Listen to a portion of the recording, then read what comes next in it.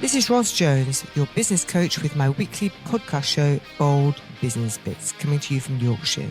This is where I have a great conversation with a phenomenal female business boss. We share some of the bold stuff they do, lessons they've learnt, adversities they've overcome, and the fun they have.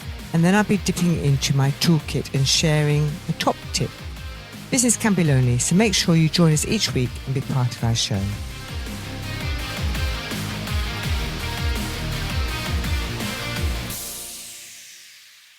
So hello and welcome. This is Ros Jones, Bold Business Bits podcast show. And today I'm absolutely delighted to be joined by Mel Jordan, President with the Insurance Institute of Leeds and Technical Broking Director of Attis Insurance Brokers. Hi, Mel. Hi, Ros. Thank you for inviting me on your show. I'm really excited. I've not done a podcast before. So, yeah, a new thing for me, definitely. Fantastic. Well, we all love to do new things, try new things, get out of our comfort zone and stretch. Yes, definitely. So Mel, President Mel, I'm just intrigued to find out how you became the president with the Insurance Institute. Could you share your story there? Of course. So the Insurance Institute, we're like a local institute, part of the Chartered Insurance Institute. So there's various local institutes all around the country, so Manchester, Leeds, smaller places like Cambridge, etc. And from the point of view of the local institutes, they're all run by volunteers in the local area across all of our industry. So it might be insurance brokers, insurers, loss adjusters, financial services people. And sort of it comes about that for me, I won an award a number of years ago for the young members. You can tell it was a while ago because I don't feel that young anymore. And at the time I got involved, they invited me to join the council and get involved with the running. And I was involved for a little while, and then I had my daughter and I stood back for a while. And then about 5-6 years ago, I got a phone call from the then president, Bernard Thornton, who said, I think it's about time you came back on council, basically. And I rejoined. And after a year, I got involved. We sort of appoint the roles on the council on an annual basis when we come round to our AGM. So people do different roles for sort of different periods of time. And my forte when I sort of, after a year of being involved again, was on the education side. So it was putting together a portfolio of events and trying to get speakers in, getting different technical and professional people to come and speak for the Institute. So I did that for a few years. And then my husband said to me, have you ever thought about becoming president? Have you ever thought about that? And I said, well, that feels like you were just saying, outside of my comfort zone, basically, as I'd never really thought of myself in that sort of leadership position. But I gave it a bit of thought and I thought, well, if not now, when, now or never. And I volunteered and took over the role as president. So I've been doing that for just over a year now, because it was April last year that I took over. And ordinarily it's a role for about a year, but because of everything that happened with COVID, I've agreed to sort of stay on for another year. So I'll have been doing it for 2 years when I sort of stepped down again. Fantastic. And so what is it with insurance? Were you born loving the idea of insurance? Is that what you wanted to be when you were little? I don't think most people in our sector would ever say that. I think there's very few people that came into the profession expecting to move into insurance as a career. I was a history graduate at Sheffield. And after I finished my degree, I wasn't really sure what I wanted to do. I moved to Leeds because my husband had been at university in Leeds, and we sort of thought about where we were going to settle and ended up in Leeds. And then I applied for all sorts of jobs, and the company at the time that I started off with as a graduate trainee, I just went in for an interview. It was more of an open day, really, sort of chatting to the existing members of staff, and they offered me a role, and I've never really sort of looked back since. I don't think a lot of people think of insurance as a career, but it doesn't sound very exciting or very invigorating for people. But I think what people don't realise is they think of insurance as their car insurance, their house insurance, but what a lot of us are looking at as insurance professionals is sort of commercial insurance. So we get to discover all the details about all these different businesses. So it's a really rewarding career, and I feel like I'm learning all the time. And that was part of what I wanted to do when I took over as education secretary with the Institute, was sort of share that knowledge and share that sort of training and experience that I've learned since I've moved into the sector. Fantastic. And is there a sort of logical qualification ladder, if you like, for insurance that you've sort of systematically moved yourself up, or is it just learning on the job? Yeah, so part of the CII, which is obviously connected with the Insurance Institute, there is a framework that people can go through. So it sort of starts off at certificate level, and then it's diploma, advanced diploma, and then fellowship, which I've actually got. And that's a series of different exams covering off different modules. And there's an equivalent one for the financial services sector. So there's that. But then in addition to all of that, there's so much on the job learning, because we've got all these different products that we deal with, and we've got all these different industries that we deal with. I don't think that learning journey ever really ends.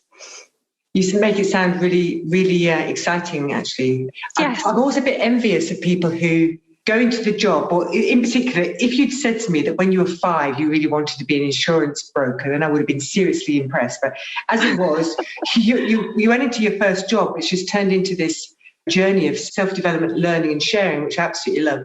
So that's what I mean when I say it sounds so exciting, because all about learning and growth is really exciting to me. Have you had a particular experience in the insurance world, Mel, in particular about, are there more women and men, or is it a mixture, 50-50? What's the female experience like in insurance? I think it's one of those which has been developing over time. I think when I probably joined the industry, it was viewed very much as a sort of white male industry. There were more women coming into the industry, but there was definitely an imbalance, and there probably still is, to a degree, a little bit of an imbalance, but it's becoming a lot more even between the two.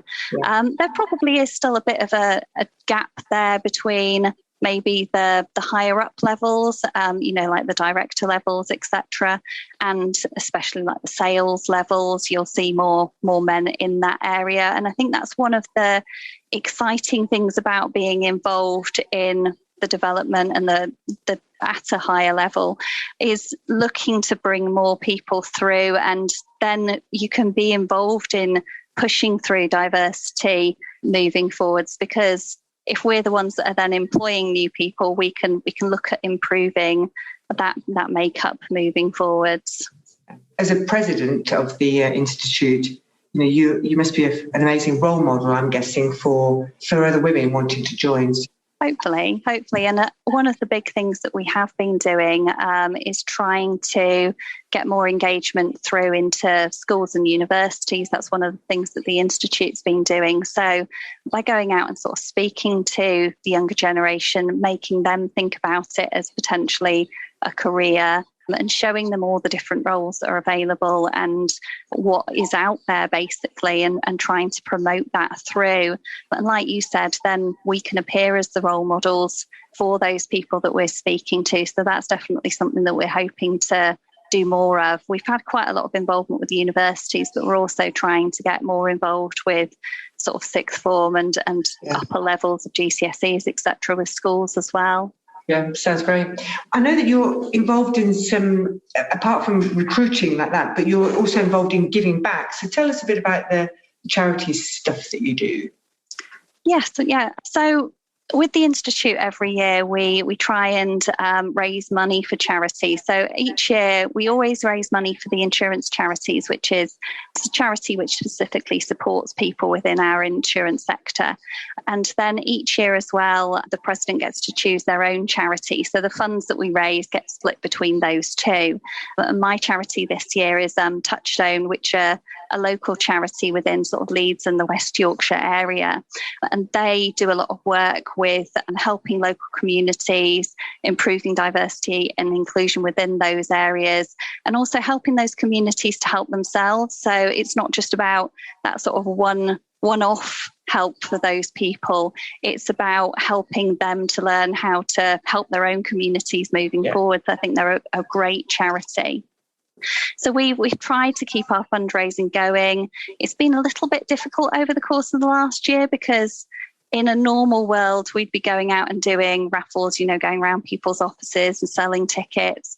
And that's been a lot trickier over the course of last year because we've had a Virgin Giving page. We've been trying to encourage our members still to give because I think it's been a harder time than ever for those charities. Yeah. But we've just been trying to think of different ways to engage with our members still, to still raise funds. And we've done really well with that. So that's something that we're looking to continue over the course of the next year. Yeah. Why did you, well, I think that sounds amazing. And why did you choose Touchstone? Was there a particular reason? I was looking for a charity who had that sort of inclusion aspect to it, and that was also a very local charity.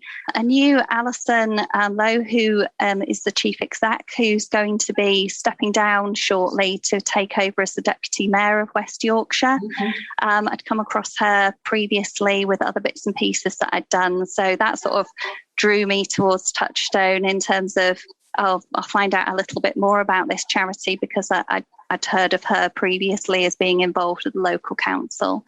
And then having done a little bit more research, I just saw how passionate they were about the local community and helping different people and all the different ways. It wasn't just it wasn't one thing that they were doing. It was all the different projects that they had, that they were involved with that really spoke to me, I think.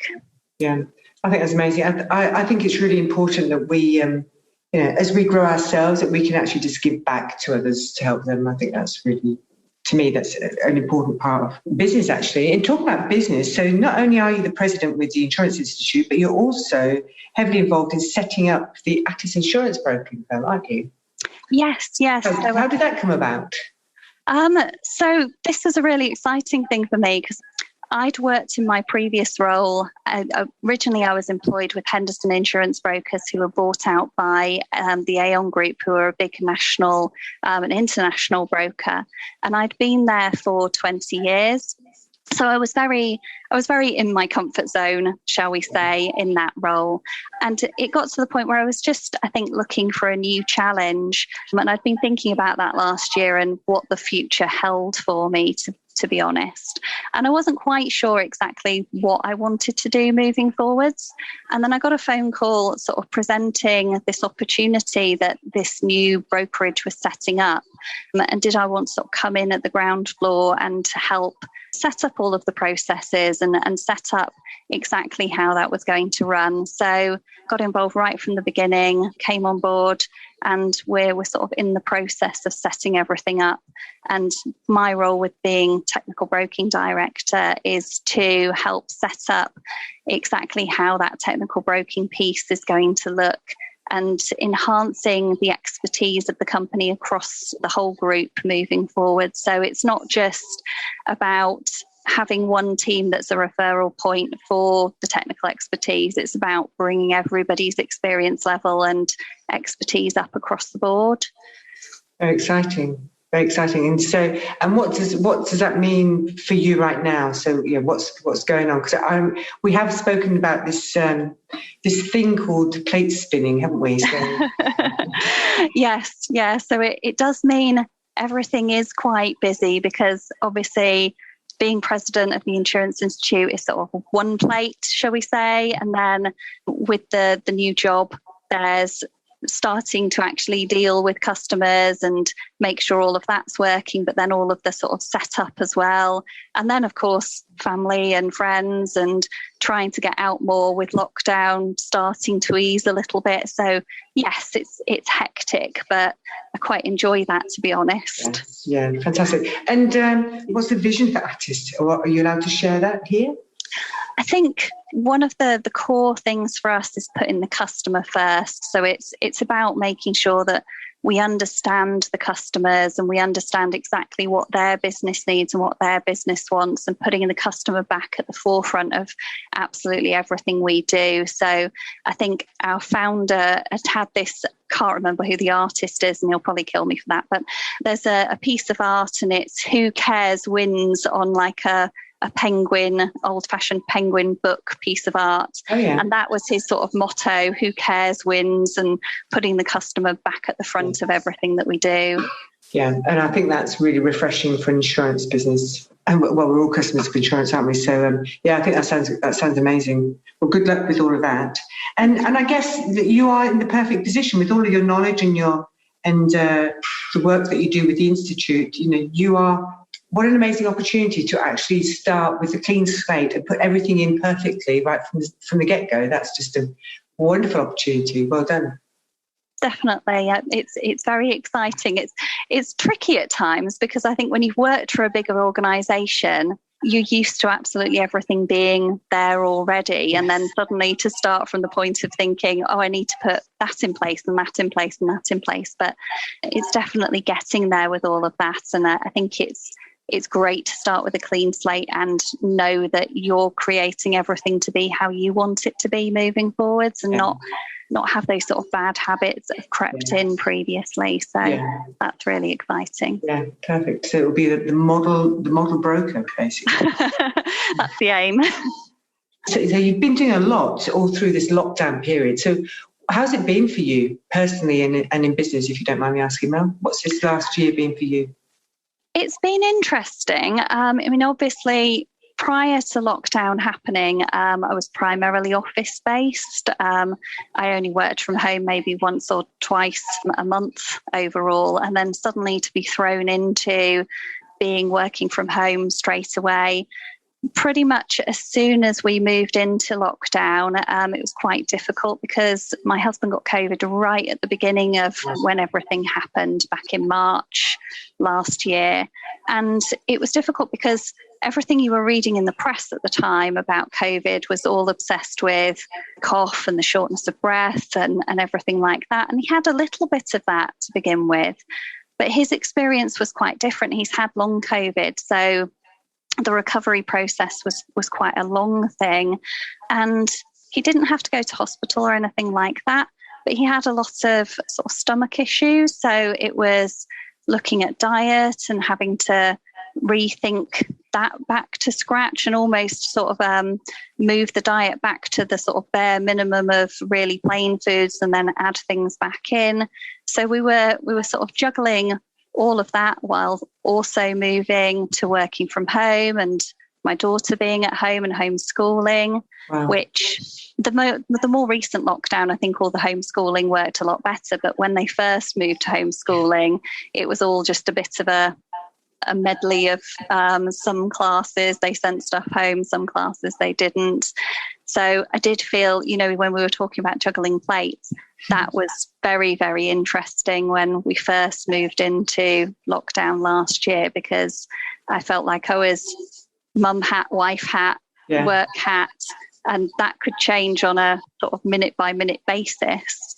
But I think a lot of people had that experience, and in many ways, we've been very lucky that things weren't any worse for us than they have been. And my husband is nearly back to normal now, over a year on. We're happy that all the vaccinations and things are moving forward. So I think we've probably ended up being a lot more cautious than some people out there have been because of our experiences. Yeah. But I don't think that's a bad thing, because at least we've been safe.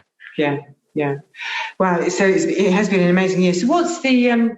I guess there's lots of some terrible things come out of the whole pandemic, but there are some bright things as well. So what's been the best thing for you? Has it been a life-changing thing that's come out of actually the whole pandemic period for you, Mel?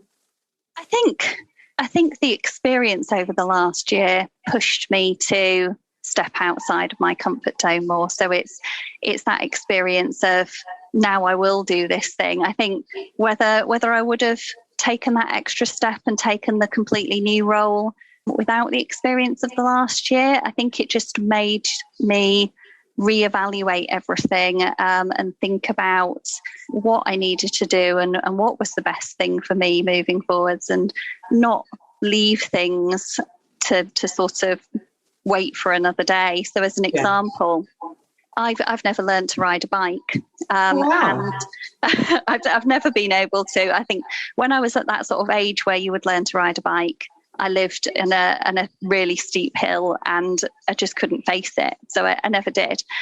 And I signed up ages and ages ago for some mailing list. And I got an email on Friday that said, oh, we're doing free learn to ride lessons next week. So last night I went to a park with these people that would teach you to learn to ride, and had my first experience of actually riding a bike around the park and, got going with it. And I thought, right, that's it, done it now.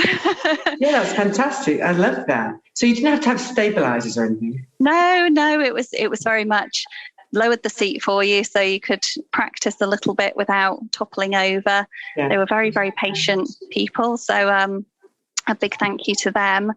But no, I was sort of pedaling away, not a little bit wobbly, but actually moving by the end of the day. So it was good. That's fantastic. I love that story. So one of the questions I always ask my guests, Mel, is for somebody just wanting to start up their business, what would be your number one piece of advice for them? Probably do something you're passionate about, and sort of no holds barred, I suppose. It's put your all into what you're doing, and just make sure that you're not doing things by halves, but also think about how what you're doing touches other people, I suppose, if that makes sense. Yeah, no, I love that. That's fantastic. And they do say, if you're passionate about something, then it's so much easier, isn't it? Yeah, yes, all that energy. Yeah, definitely. And you can tell that that's why you're doing what you do. Yes, thank you. It's been fantastic to speak with you this afternoon, Mel. Thank you so much for joining us. And bye for now. Thank you, Ros. Thanks so much.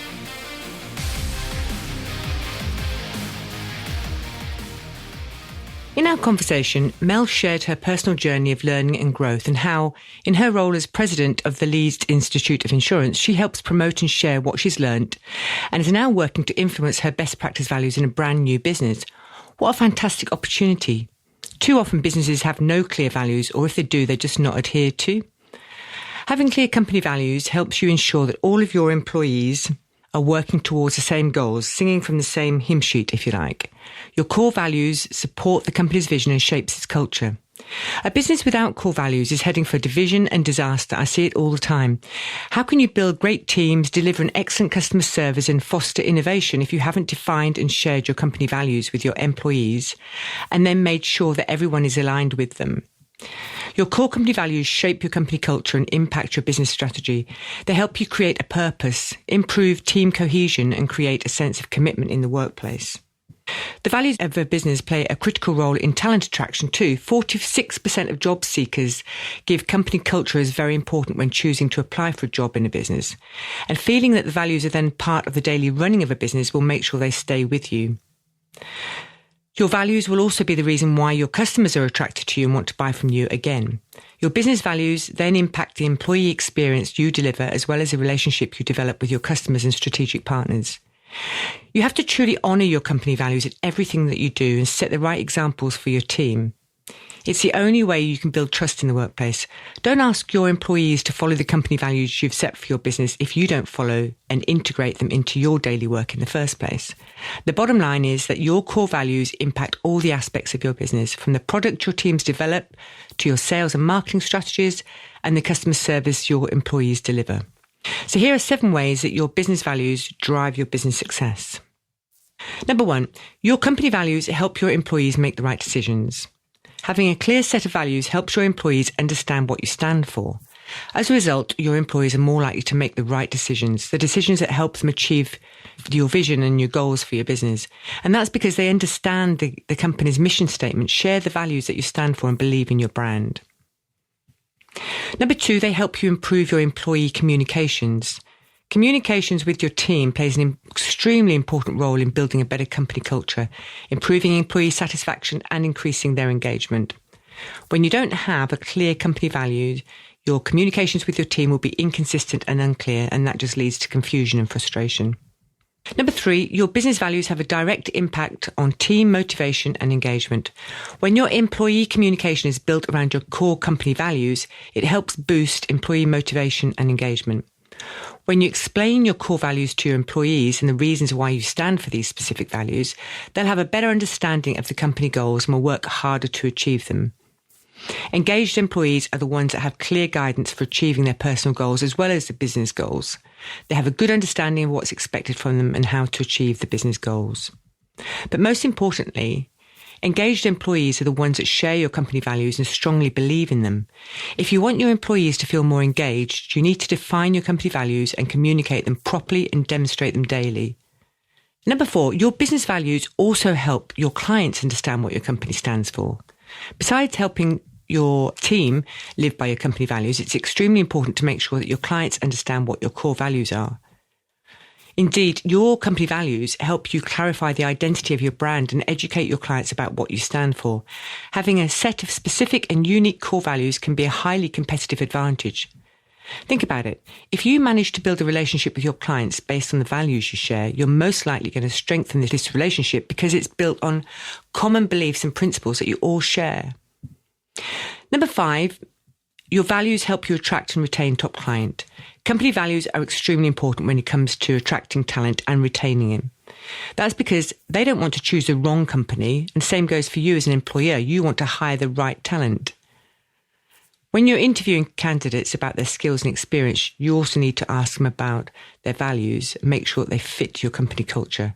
If you don't check whether your candidates are a cultural fit during the interview process, you may end up seeing your employee turnover rates drastically increase in the next few months, so beware. Number 6, your values help you attract customers that share the same values. This is crucial. We only want to work with customers and clients who share our values. Potential new clients also care about what your company stands for, just like your staff. So when a company finds out that your values are similar to theirs, you could have a much bigger chance of being chosen over someone else. For example, if one of your main company values is giving back, you're going to attract new customers who appreciate giving back from their suppliers. And for that reason, it's important to understand who your leads are and what their values are. And number 7, your company values make your marketing and internal communications easier. Your marketing and internal communications need to be greatly aligned with your business values. They have to be consistent. Companies that haven't set clear company values usually struggle with their communication strategies. You need to make sure that you share the right message with the right audience. If your messages include values that resonate with your target audience's values, you're much more likely to catch their attention. It's all about delivering authentic messages and building trust with your leads. So I hope that's been useful. This is Ros Jones concluding this episode of Bold Business Bits. Please listen and subscribe to our show, and I'll catch you next time. Bye for now. This has been your Ros Jones Bold Business Bits podcast show. If you'd like any further information about anything we've discussed today, please just get in touch. Go to businesscoachingyorkshire.co.uk. Please join me again next week when I'll be speaking with another phenomenal female business boss with bold business bits. And remember to subscribe to my show. Thanks for listening.